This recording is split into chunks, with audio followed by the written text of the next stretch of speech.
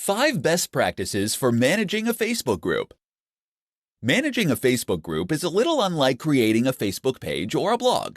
While those are examples of owned media, things your company built and owns in their entirety, Facebook groups are a little more complex. These are organic and ever-evolving creations that have multiple creators. Every member is able to add to the content on a Facebook group, and that means it will constantly change in terms of what's available and what the overall tone is. And at the same time, those members are a part of the very fabric of the group. In a way, therefore, you become responsible for them. So how can you make sure you are managing your group well, such that it doesn't grow out of your control, and such that everyone in it is happy and well taken care of? 1. Set rules.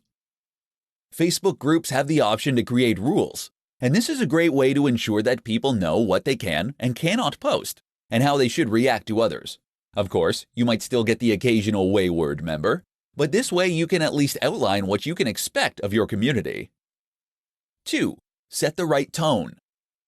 The types of things you post and the way you react to others will in many ways inform the way that your group members behave.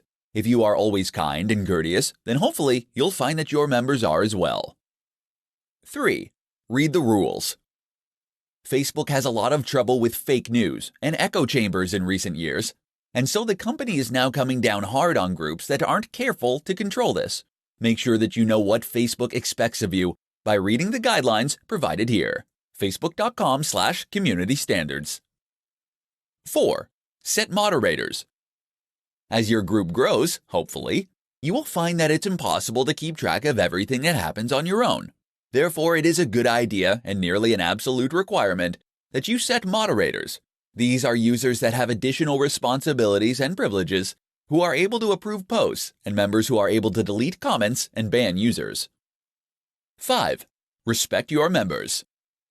Finally, make sure you respect your members. That means treating them well in the comments, but it also means making sure you don't inundate their news feeds with ads and promotions.